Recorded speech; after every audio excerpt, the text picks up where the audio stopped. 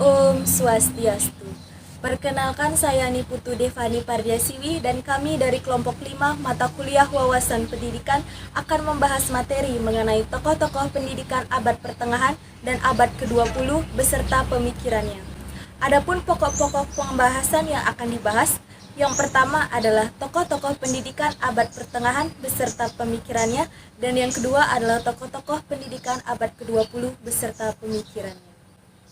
Abad pertengahan dimulai pada abad 476 hingga 1492 Masehi. Pada abad ini ada periode patristik dan juga skolastik. Periode patristik, tokoh yang terkenal ialah Tertullianus, Origenes, dan Augustinus. Dan pada skolastik, tokoh yang terkenal ialah Scotus Erigena, Anselmus, dan Abelardus. Berikut adalah tokoh-tokoh pendidikan abad pertengahan beserta dengan pemikirannya. Yang pertama adalah Plotinus. Plotinus merupakan seorang filosofi pertama yang mengajukan teori mengenai penciptaan alam semesta. Beberapa hal yang dibahas mengenai filsafat Plotinus antara lain.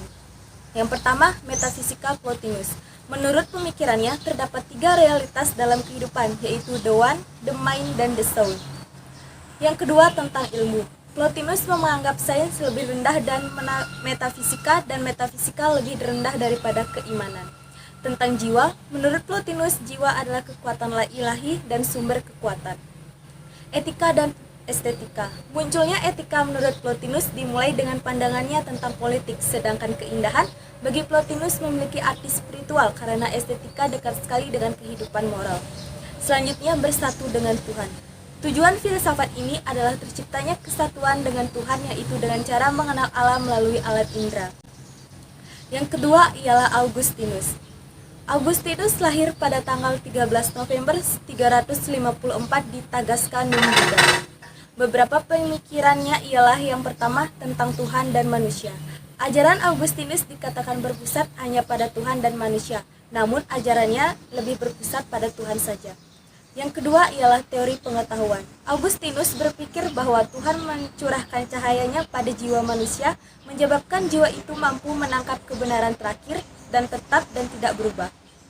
Dan yang terakhir, tentang jiwa menurut Augustinus. Jiwa tidak mempunyai bagian karena ia bersifat material. Yang ketiga ialah Boethius. Boethius merupakan filosofi yang semasa dengan Augustinus dan memiliki gaya yang dapat dikatakan hampir serupa.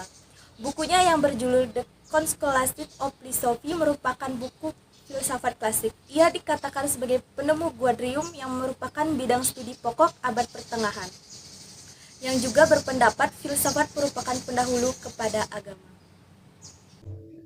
Perkenalkan, nama saya Ibu Tuan Dayana. Saya akan melanjutkan presentasi dari teman saya.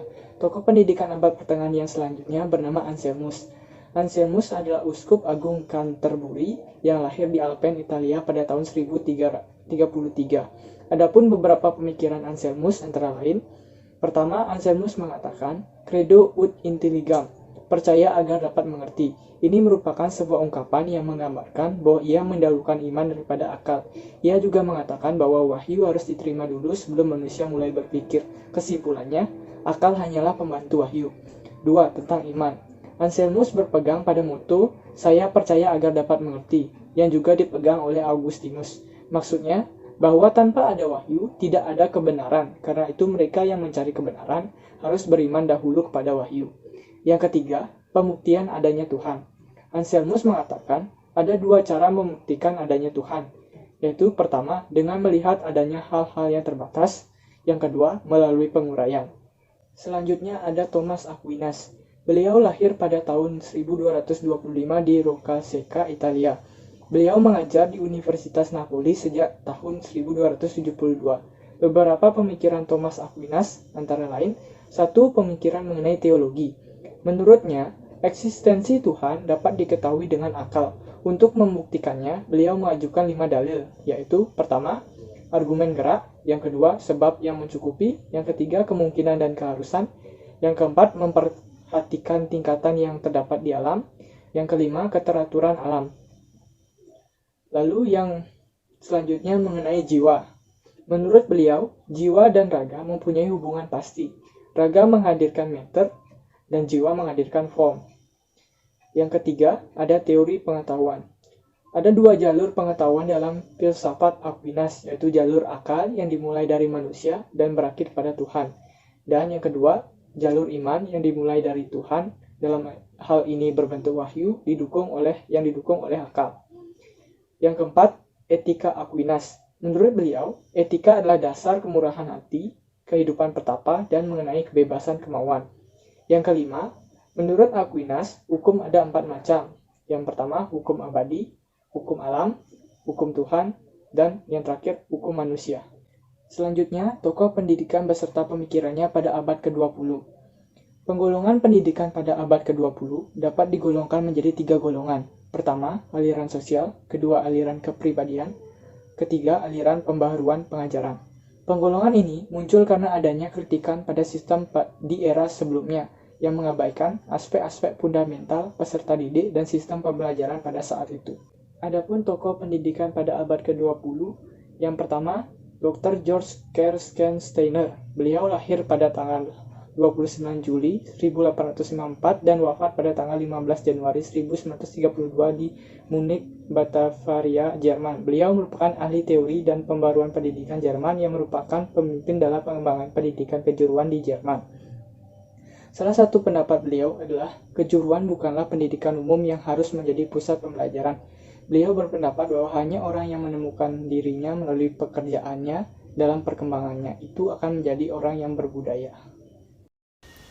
Perkenalkan, nama saya Niluh Putu Suarjita Eka Putri dengan NIM 21130111062. Di sini saya akan melanjutkan presentasi dari teman saya sebelumnya. Kedua, ada John Dewey. Teori John Dewey tentang pendidikan tidak dapat lepas dari minatnya terhadap bidang filsafat. Baginya, filsafat merupakan pemecah problem kehidupan, sedangkan pendidikan berisi tentang melatih manusia untuk menyelesaikan problem kehidupan. Salah satu kunci dari filsafat John Dewey tentang filsafat pendidikan adalah pengalaman. Menurut John Dewey, pengalaman adalah basis pendidikan atau dalam terminologi Dewey sendiri, pengalaman sebagai sarana dan tujuan pendidikan. Oleh karena itu, pendidikan pada hakikatnya merupakan suatu proses penggalian dan pengolahan pengalaman secara terus-menerus. Tiga, ada Dr. Maria Montessori. Menurut Maria Montessori sendiri, fase kehidupan awal sangat berpengaruh terhadap fase kehidupan selanjutnya. Dalam artian bahwa semua pengalaman yang dialami oleh seseorang anak pada awal kehidupannya sangat berpengaruh terhadap kedewasaannya kelak.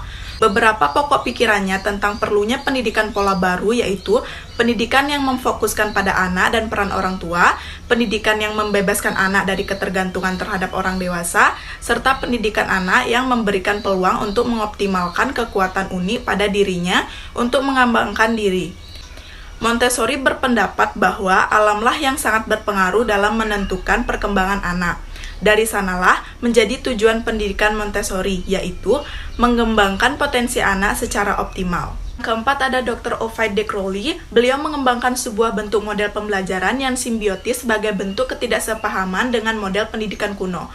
Model yang dikembangkan yaitu sekolah harus dihubungkan dengan kehidupan alam sekitar, pendidikan dan pembelajaran didasarkan pada perkembangan anak, sekolah menjadi laboratorium bekerja bagi anak-anak, bahan-bahan pendidikan atau pembelajaran bersifat fungsional praktis, perlunya pendidikan sosial dan kesusilaan, serta perlunya kerjasama antar rumah dan sekolah. 5. Ada Dr. Helen Parkhurst. Parkhurst menyusun suatu sistem pengajaran baru dengan nama Sistem Dalton pada tahun 1919. Ia menyebutnya sebagai Laboratory Plan. Menurutnya, sekolah itu harus merupakan sebuah tempat penelitian serta anak-anak yang akan menjadi penelitinya. Prinsip dari pembelajaran sistem Dalton ini yaitu efisien, prinsip kebebasan, prinsip kerjasama, serta prinsip kerja sendiri. Keenam, ada Dr. Rabindranath Tagore. Bagi Tagore, peserta didik bukanlah penerima pasif pengetahuan, tetapi mereka adalah penemu fakta dan prinsip-prinsip yang ada. Menurut Tagore, pendidikan tidak hanya tentang tujuan akhir, melainkan untuk mencari pekerjaan. Rabindranath Tagore menganggap memberikan kebebasan kepada peserta didik merupakan hal yang penting dalam kegiatan pembelajaran, karena dengan adanya kebebasan dalam berpikir, peserta didik akan lebih mudah menimbulkan kekreativitasannya. Sekian presentasi dari kelompok saya tutup dengan Pramesanti. Om Santi Santi Santi Om.